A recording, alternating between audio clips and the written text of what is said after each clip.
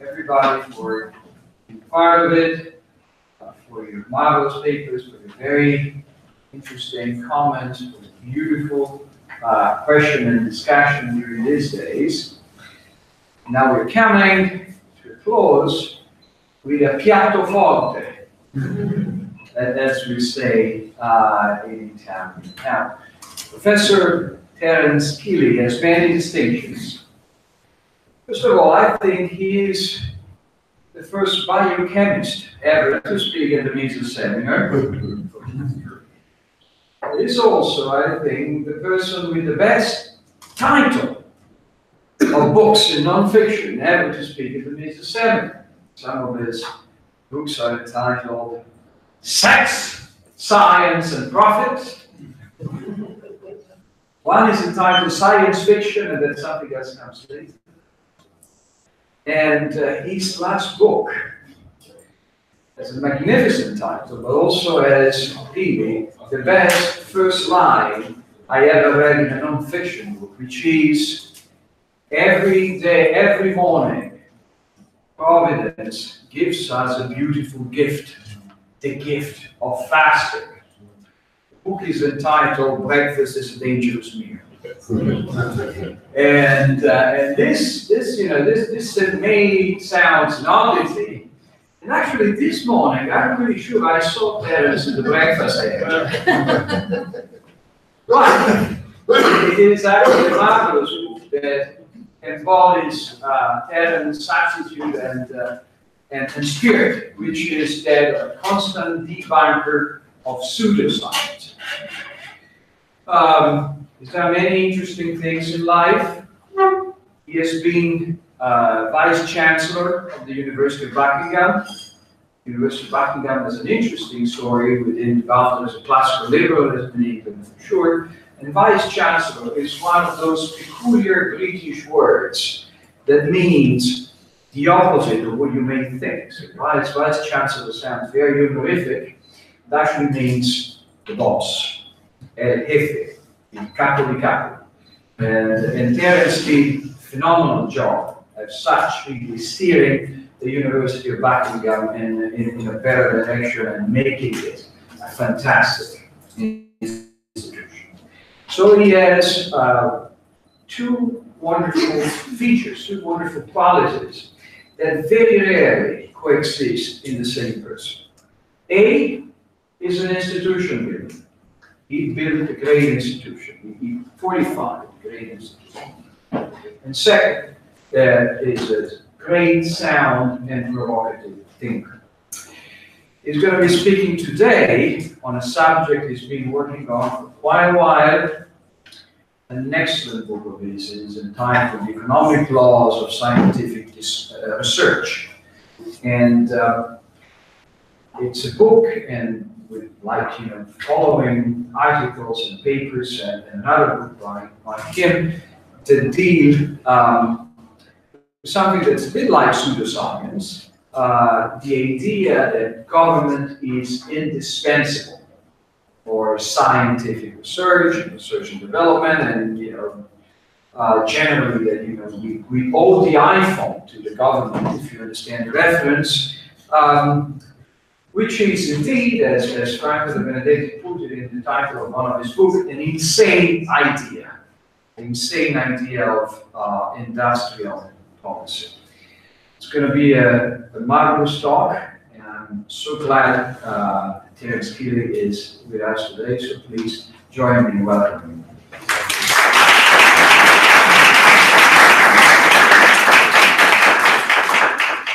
Thank you, Alberto. Saying it's going to be a wonderful talk. It places no pressure on me whatsoever. It's lovely to be here, of course. It's just lovely. We as libertarians, or classical liberals, have, I think, let ourselves down very badly in one particular area. Everyone knows, and this is true, we all accept this, that since the Industrial Revolution, the rates of economic growth we have enjoyed largely due to technology. Multifactorial productivity. Everyone agrees that technology comes out of research. Everyone agrees this. Everyone also agrees that because research is the public good, governments have to fund it. So we as libertarians, we have our little arguments about goods and services, whether the government should do this or whether the government should do that, whether the state should do it. But we have given away the most important argument of all to the enemy.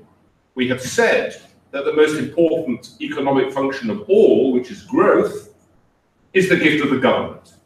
Growth is a public good. We have all these papers in the economics literature which show that science is a public good, and even us as libertarians, as classical liberals, have conceded the most important function of all to the state.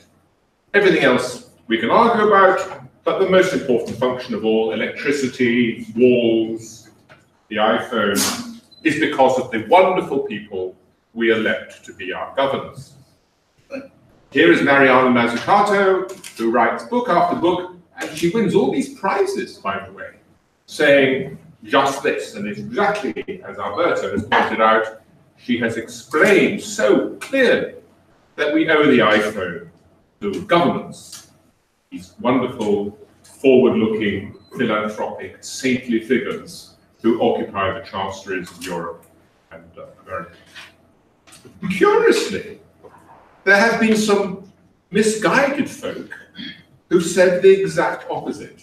Adam Smith, in his ignorance, said specifically that governments did not need to fund research.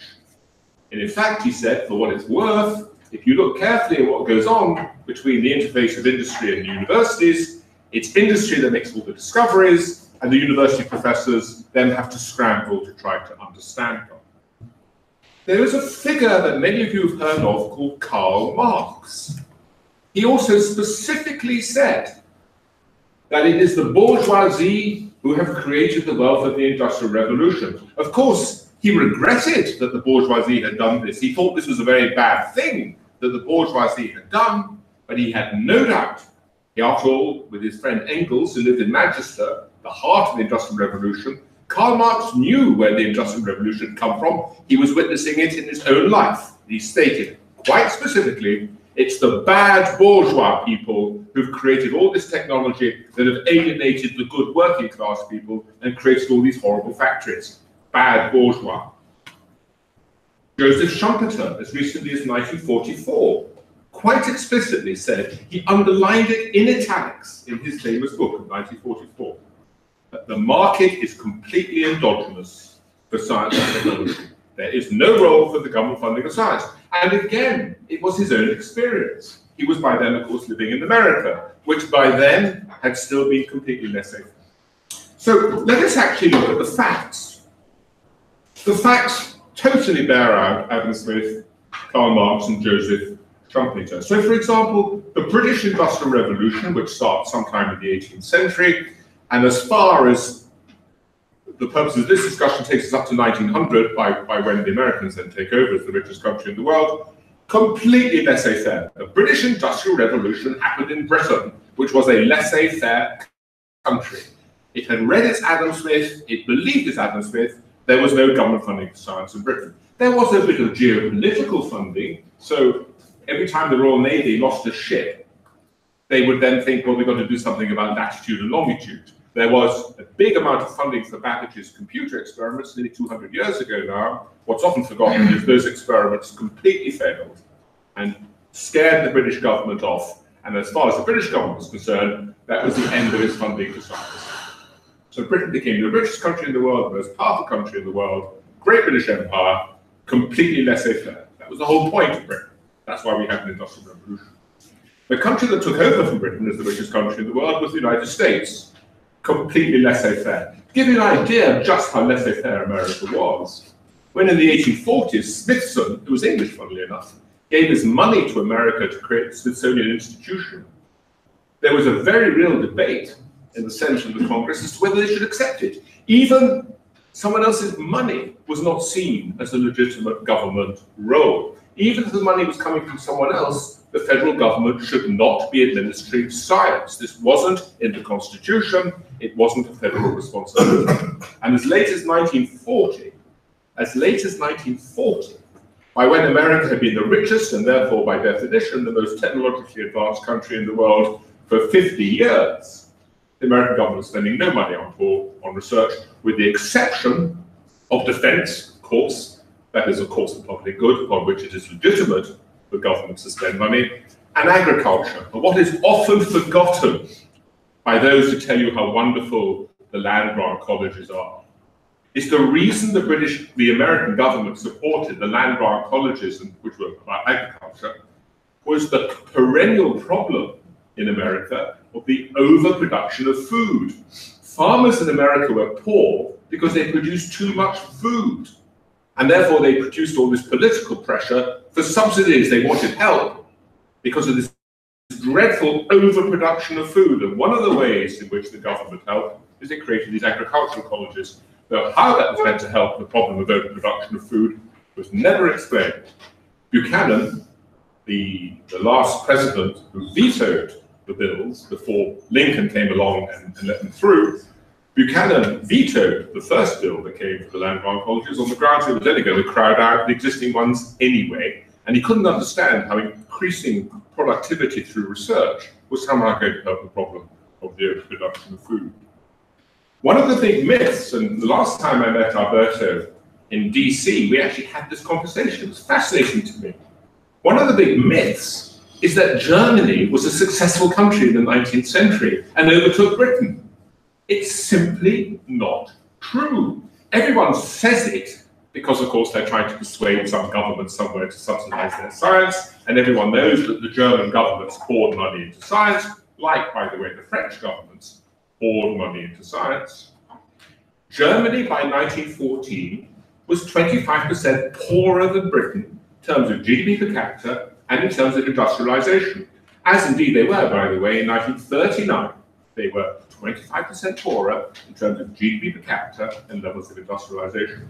It's only in the post-war period, for completely different reasons that I'm not going to talk about today, that I'm very happy to later, if you like, that Germany and France finally caught up with Britain and America, finally overtook it, and we overtook it. But the whole point is that until the 1950s, the British were always richer than the Germans and always richer than the French on the GDP per capita basis. The country that converged on us and overtook us was America, and we were the two great laissez-faire countries. So there's no historical evidence that the government funding of science has ever helped anyone get rich.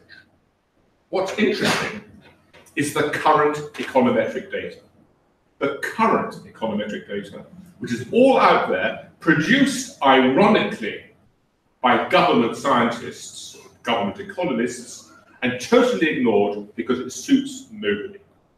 So in 2003, the OECD itself produced a report called The Sources of Economic Growth in OECD Countries. And what it showed, that the OECD countries themselves, over a 21-year period, this is all the OECD countries over a 21-year period, huge looking at, they looked at something like 70 different factors of growth that they could identify.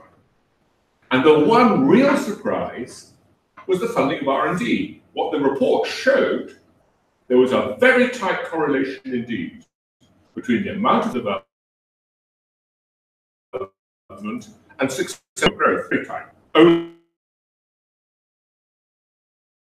there between the public funding of R&D and economic growth. The OECD themselves, this is a government organization, were alarmed by their own findings and said, this is very hard to explain. They, in the end, decided it could only be explained by the work of someone called Park, who works in DC, by the way, who pointed out that the OECD data, in fact, I've also shown this, but it doesn't matter, the OECD data shows crowding out. For every pound, for every dollar, for every euro, an OECD country spends on R&D displaces 1.25 pounds, dollars, euro. There is another researcher called Svaikastas, who's employed by the Bureau of Statistics in DC by the American federal government, using a completely different methodology, just doing a publication search of the entire literature on the economics of science. He came up with exactly the same conclusions. An enormously tight correlation between the funding of research and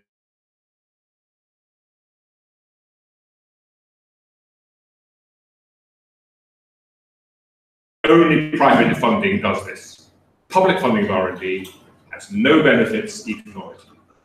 So these are government-funded researchers telling us that there's simply no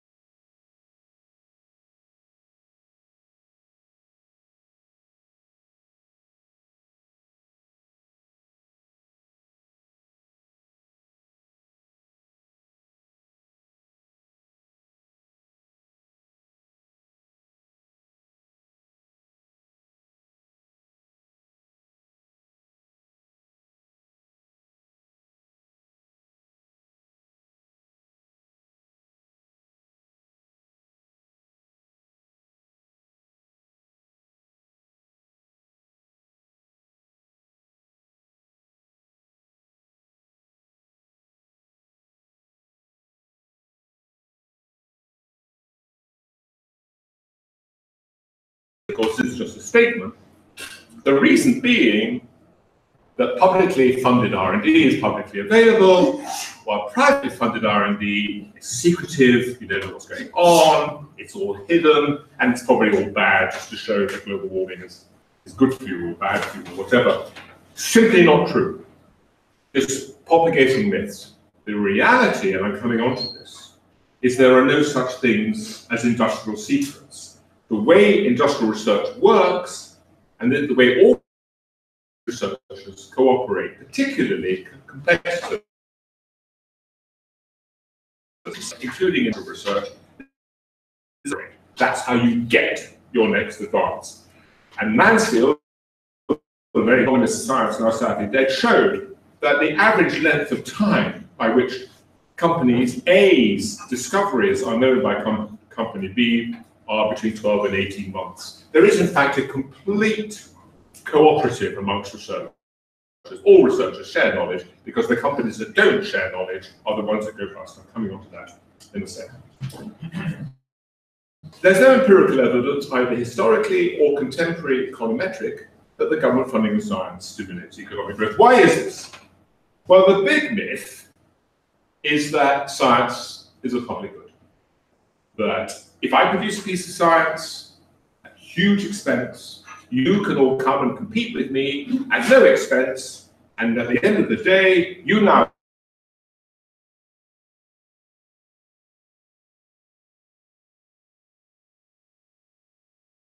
see with my discovery. That's the myth. Trouble is, it's just not true. Knowledge is extremely tacit. It's actually very hard to be an expert in a piece of science. So, for example, I use this example because it's entertaining. If you were to consider, for example, not forget current science. Current science is obviously a bit complicated, but let's look at something really old. Let's look at Einstein's theories of relativity, which are now over a century old. This is the dark ages as far as science is concerned. Einstein wrote his theories of relativity over 100 years ago. And obviously everybody in this room can just pick up them instantly, can't we? Of course not. So if science is 100 years old is so difficult to access, just think how difficult it is to access molecular biology, quantum physics, a piece of applied iPhone technology for people who are not in that game themselves. In fact, Mansfield showed, but he's not the only one, that on average, the cost of copying one piece of industrial technology by other industrial technologists is about, this is the marginal direct costs, 65%. Sometimes it actually costs more to copy than it was to originally create, because you've got to acquire so much tacit knowledge. But on average, the marginal cost of copying specifically someone else's technology, on average, is 65%. But that's just the marginal costs. Before you get there, you've got the sunk costs of employing all the researchers in the first place who are equipped to start copying, who have themselves already engaged in a considerable amount of research to maintain their expertise that they can begin the business of copying. Add those sunk costs to the marginal costs, and also the cost of all the failed copying experiments, the cost of acquiring the knowledge, and suddenly anyone would think markets worked. It turns out that on average the cost of copying is 100% of the costs of innovation, which is of course why, before government started to fund science, markets produced an awful lot of research, and the rate of economic growth in countries, well, I'll come on to that in a second. The point is that there is the cost of copying in a free market because of the tacitity of knowledge is 100%. And just to show how much it's not a public good, on average, there are only about 4 companies out there that can copy your technology. There are about 4 companies out there whose own tacit knowledge is sufficiently appropriate. They can actually reverse engineer your product, do whatever it is you've done, read your patents, read the papers, and think, yeah, we could copy that. 4. That is not the quality of a public good. That's the quality of an extremely private good. Just the ability to copy being limited to so few people. So, on average, it costs 100% to copy someone else's science. And by the way, an enormous investment of that 100% is in pure science. Because if you're not doing pure science in the area you're interested in, you simply haven't got the skills to understand the overall picture of what it is you're trying to copy. The real purpose of funding so much science in-house is to have the expertise to know whose research you want to copy, and that you do by funding pure science, which is why, on average, something like 7% of all industrial R&D globally is in pure science. We're talking huge budgets here, therefore. Industry funds pure science generously, which is why, if you look historically, there's an awful lot of pure science that comes out of it. So, in view of all that, where does the idea come from? How does it survive the idea that science is a public good? Well, there is a stream of scholarship that has said so for a very long time. Francis Bacon, the English scholar 400 years ago, suggested that science was a public good, but he was writing before the Industrial Revolution.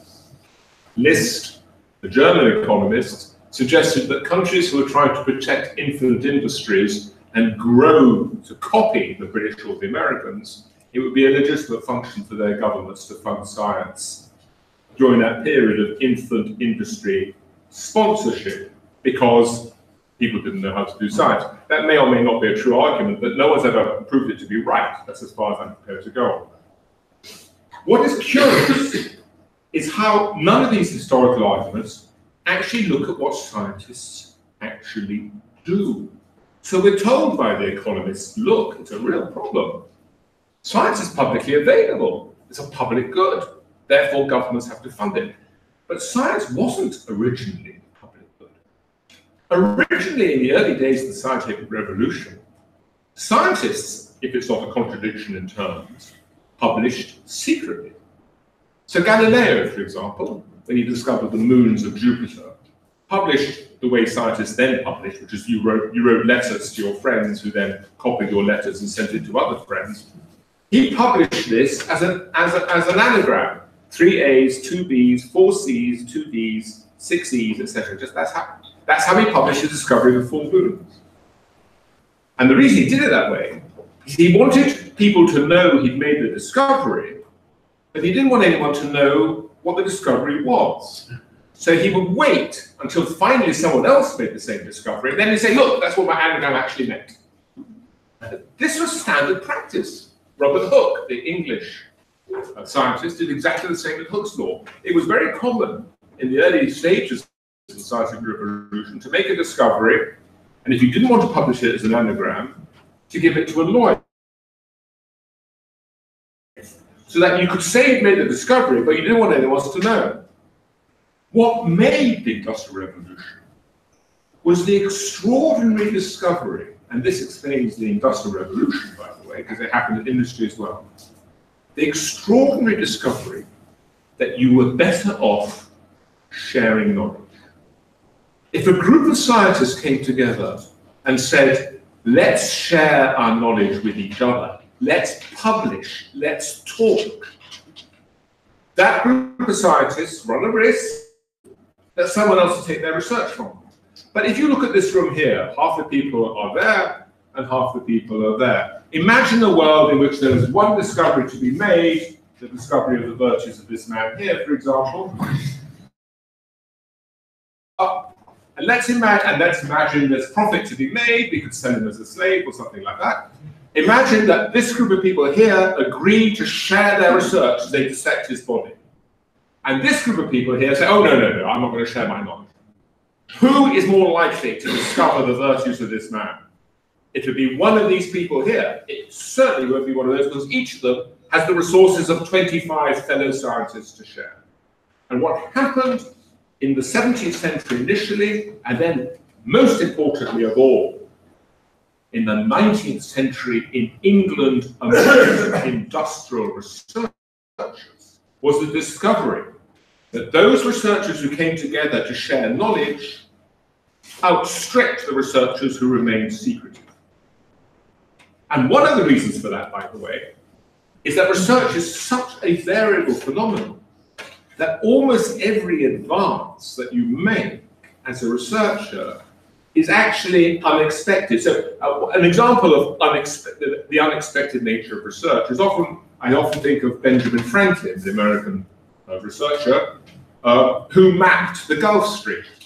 Because someone somewhere discovered that the Gulf Stream was warm and the rest of the Atlantic was cold, so he just crisscrossed the Atlantic with his thermometers, worked out where the Gulf Stream was, and then sailors could, knowing where the Gulf Stream was, could then either avoid it if they're going west or use it if they're going east. This is a sort of unexpected discovery. The thermometer did not think they were going to help sailors cross the Atlantic. But the nature of science is that advances are so unpredictable that the way you make money is to do your own research, not because you think your own research is going to give you access to what the discovery you want to make, but because by doing research, you're part of the family of scientists, you can read other people's papers, their patents, or reverse engineer their products, and by so doing, you can then grab the unexpected discovery, like the thermometer when you're a sailor, and think, that's the way I can shorten my journey across the Atlantic. And so scientists publish because they have discovered that that is the way to make money, particularly in industry. And it turns out that something like 30% of all industrial discoveries that are profitable are gifts and exchanges from other companies, to say nothing of what you get from reading literature and all the rest of it. So what the economists call the problem, which is that science is the public good, is in fact the scientist's solution to the problem that if you do science in a secretive way, which is what the economists think you should be doing, because then you have all your intellectual property and your private property, and that gets you nowhere. It's the sharing. And this is the great gift that the British industrial classes during the 18th century, through things like the Lunar Society, because they used to meet with their full moon net. The great discovery was that if profit-seeking competitors shared their research and then defaulted, and everyone understood this, you then default at the precise moment you then wish to make your competitive discovery commercial, but you then carried on donating your research in every other respect, then you will create an industrial revolution. Just as 200 years earlier, in the Royal Society, or here in Italy, in your Society of Links, when academic researchers came together and said, if we share our discoveries, we don't do what Galileo did, publish secretly, but publish generally to each other, one of us will then make the next discovery. And that, the nature of science. Now, my friend Martin Ricketts and I, we call this, because we modeled it, and we've got a mathematical model, and it has all sorts of interesting implications, we call it a contribution good. It's not a public good, it's not a private good, it's not a merit good, It's not a network good, it's not a club good, but it has similarities with all those goods. It's a new type of good, it's a contribution good, where the benefits of other people's research go only to those who've contributed their own research. And that's how it works. So, in view of this, and I'm about to finish, why is this not better known? If you go into the literature, it is absolutely fascinating. All the stuff is there. There is a very nice paper from a New York University economist, for example, pointing out that almost all technical advances of importance to economic growth are second mover advantage. He's laid out. He said, look, if you actually look at what companies do, almost all the benefit they have from the discoveries they made is second mover advantage. You get second mover advantage by being a first mover, by which you get it in. So, in view of this, why comes down to a very bad organization called the RAND Corporation. After the Second World War, the American government had produced this then enormous behemoth of 3,000 researchers, mainly for the Manhattan Project, but other things as well, like stealing Britain's antibiotic technology. It's a very bad thing they did, and various other bad things they did. And another bad thing they did is they did not want to be unemployed. They were worried that after the Second World War came to an end, they might have to go back and do something useful with their lives, like work for industry. So they got together with McDonnell Douglas, a profit-making defense contractor, the American Air Force, and the 3,000 scientists to create the RAND Corporation, which existed for no other purpose in those days but to lobby for the government funding of science. And almost the first thing the RAND Corporation did is it funded Ken Arrow, Richard Nelson, two great researchers. Ken Arrow, of course, won a Nobel Prize, not for that piece of work, to prove, in inverted commas, that science, being a public good, needed government funding. And that has been the dogma ever since. And I'm now going to tell one story, and then I shall shut up. When I was going into this, and I think it helped enormously that I was a biochemist, because as a biochemist, you just look at these things afresh. I didn't know what I was meant to think. When I went to see a very nice man called Nathan Rosenberg, and I never told this story while he was alive, and now he's dead. I think I can tell the story safely, unless my understanding of the afterlife is inappropriate. And I once said to Nathan, I said, Nathan, I've looked at your research very carefully, and it seems to me that you have shown that governments don't need to fund research. And he stopped me. We were walking on the campus of Stanford. He grabbed my forearm like this, really stopped me. He said, Terence, he said, you must never, ever say that. Because if anyone ever thinks that I don't believe that governments should fund science, that will be the end of my career as an economics researcher. The invitations to the conferences will dry up. The invitations to be a consultant in Japan or Korea, wherever, will dry up. I will be excluded from the club of economists. Because everybody knows that governments should fund science.